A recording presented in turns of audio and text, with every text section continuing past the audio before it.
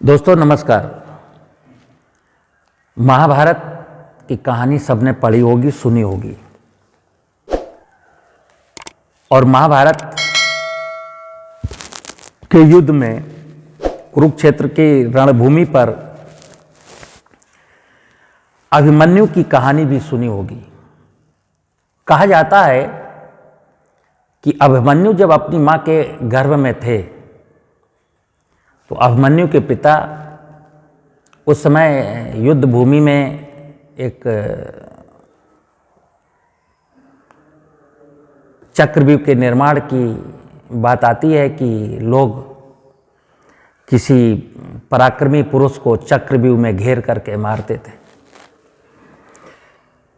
तो अभिमन्यु के पिता अपनी पत्नी को, जब अभिमन्यु उनके गर्भ में है, तो युद्ध भूमि में जो चक्रव्यूह रचना है उस रचना की बात बता रहे हैं और चक्रव्यूह से कैसे बाहर निकलना है ये भी बता रहे हैं।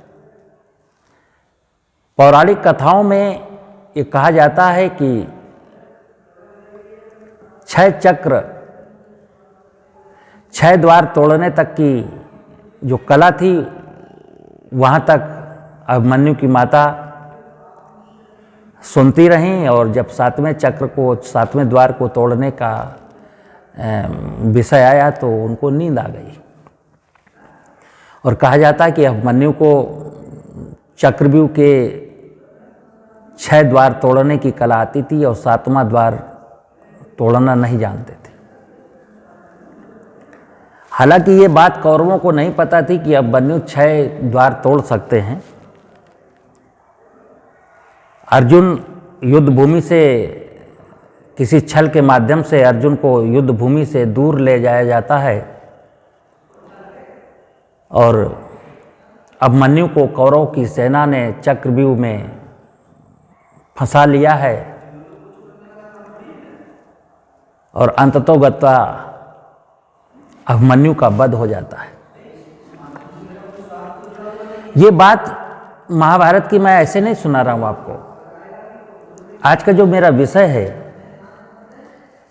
कि महाभारत काल में अभिमन्यु को मारने के लिए, अभिमन्यु का वध करने के लिए कौरवों ने चक्रव्यूह रचा था और उसके 7 द्वार थे। किंतु इस कलयुग में मनुष्य ने स्वयं को मारने के लिए, स्वयं की पीढ़ी को बर्बाद करने के लिए सैकड़ों द्वार,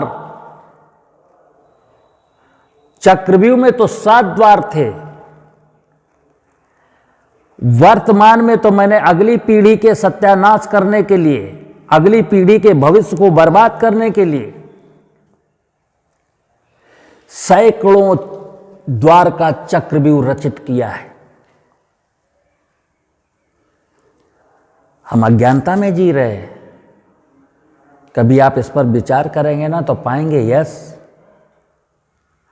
मैंने कुछ ऐसा चक्रव्यूह रचा है कि जिसको मैं स्वयं नहीं तोड़ पा रहा हूं। हमने ऐसा चक्रव्यूह रच दिया है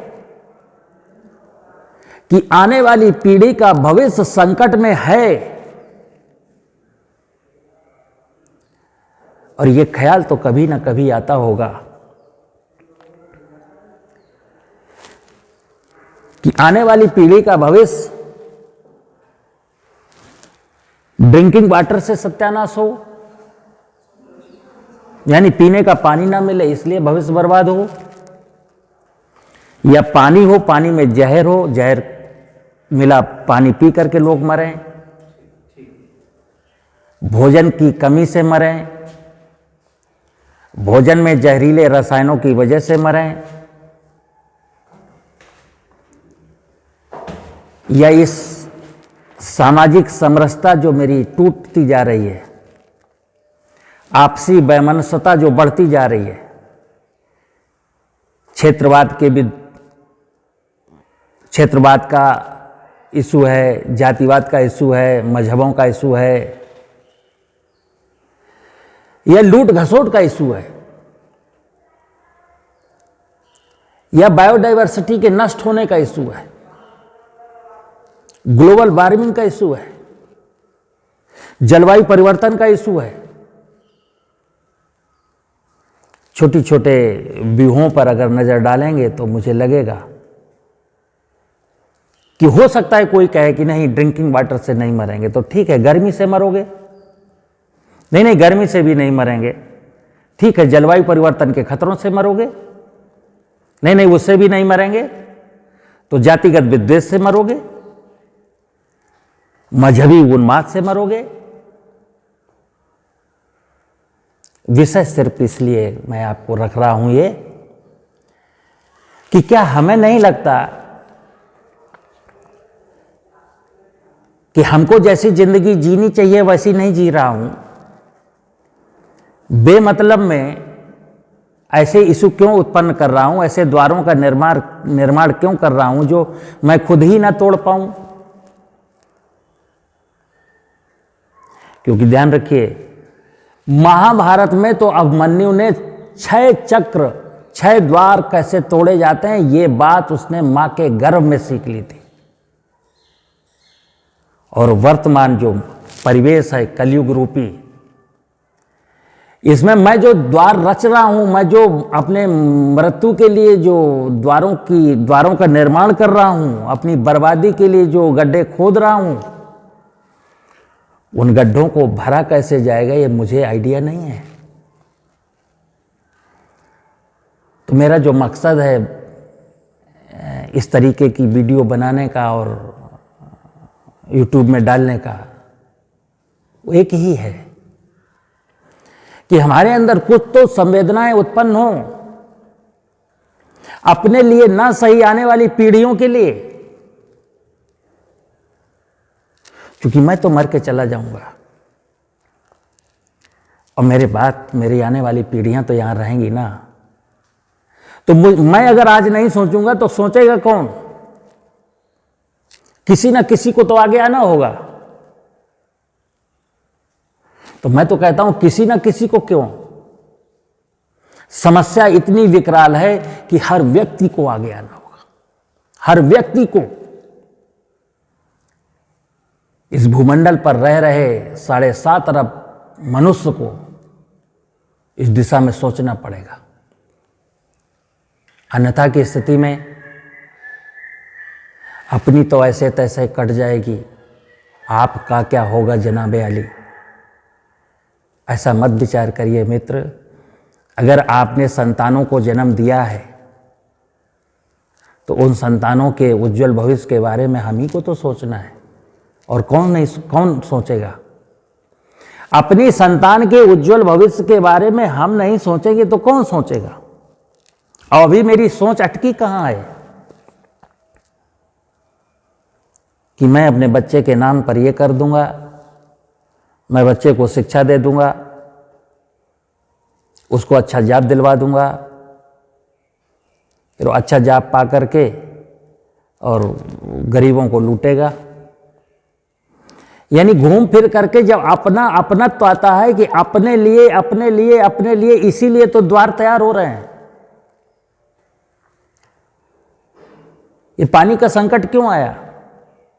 अपनी सोच की वजह से कि मैं तो अपने 5 एकड़ खेत में धान लगाऊंगा और भूगर्भ जल का दोहन करूंगा और मैं तो 3 लाख की फसल बेचूंगा।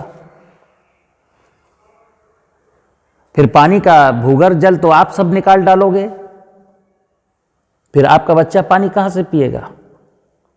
आपने तो कहा मैंने तो उसके लिए प्लाट ले दिया है, प्लाट खा लेगा, प्लाट पी लेगा। बहुत संवेदनशील विषय है।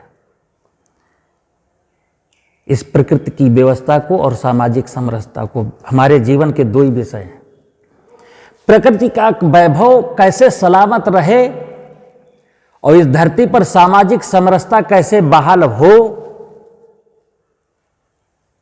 ये विषय इंसान का, इंसानियत का, मनुष्यता का। अगर मनुष्य के रूप में मुझे जन्म मिला है और मैंने मनुष्यता के बारे में और प्रकृति के बारे में चिंतन नहीं किया, फिर मैं चाहे जो पढ़ाई क्यों ना पढ़ लूं, चाहे जितनी तरक्की क्यों ना कर लूं, लेकिन ये तय मानिए, सामाजिक समरसता के खराब हो जाने के बाद और प्रकृति का वैभव नष्ट हो जाने के बाद मेरा कोई रखवाला नहीं है। और जो मैं कई बार यहां पर लोग आते हैं और कहते हैं कि फिर ईश्वर मदद करेगा। ईश्वर किसकी मदद करता है? मतलब मैं बिगाड़ूंगा, मैं ईश्वर के अस्तित्व को बिगाड़ूंगा, ईश्वर की माया को बिगाड़ूंगा और फिर मैं हाथ जोड़ करके प्रार्थना करूंगा, गायत्री मंत्र गाऊंगा, महामृत्युंजय मंत्र का पाठ करूंगा और उस ईश्वर से अनुरोध करूंगा कि हे ईश्वर,